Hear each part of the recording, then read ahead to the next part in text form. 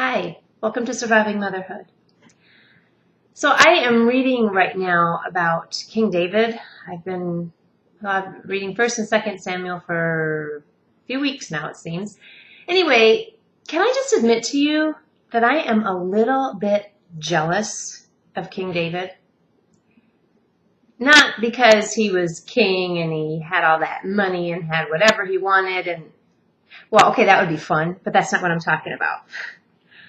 I was reading the other day in 2 Samuel chapter 5, and I realized I am quite jealous of the communication that David had with God.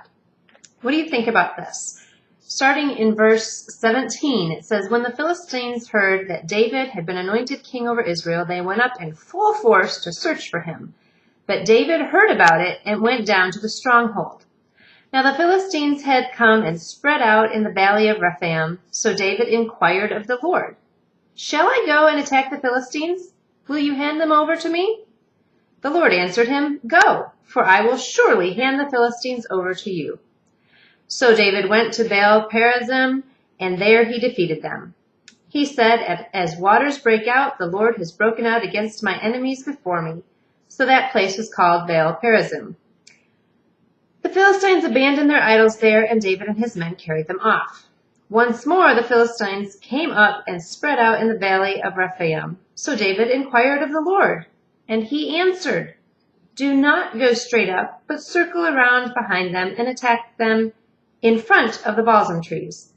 As soon as you hear the sound of marching in the tops of the balsam trees, move quickly, because that will mean the Lord has gone out in front of you to take the Philistine army.' So David did as the Lord commanded him, and he struck down the Philistines all the way from Gibeon to Gezer." Okay, does that seem fair to you? He inquired of the Lord, and God said, "Yes, go and do this, because I will hand them over to you." And then he says, "Okay, go, but do it this way. And when you hear the sound of marching in the trees, you'll know that I have done my thing." And I'm thinking, I want to have communication like that. I want to pray to God and say, "Shall I do this thing?" And I want to hear him say, "Yes, you should do that because I'll take care of this." Or I want to say, "Shall I do that thing?"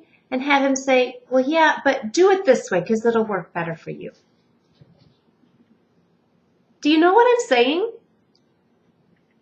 I wish I had that kind of communication with God. But as I was reading that and was sort of stewing in my little pit of jealousy,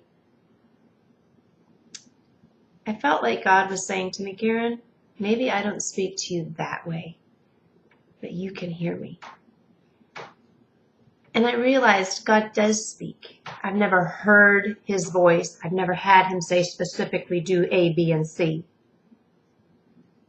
But if I will listen, I know God will speak. And I wonder if you find yourself in the same place.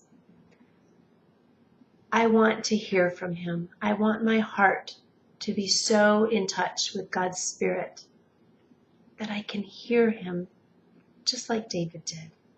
That I can know without a doubt God will lead me. He will show me what to do if I just trust him. Are you with me on this? My prayer today is that our hearts would be faithful to him so we can hear him speak and then obediently follow where he leads. Our God is good. Yeah, I wish he spoke to me as clearly as he spoke to David. But I know that I can trust him, and I pray you will too. Have a wonderful, Jesus-full day.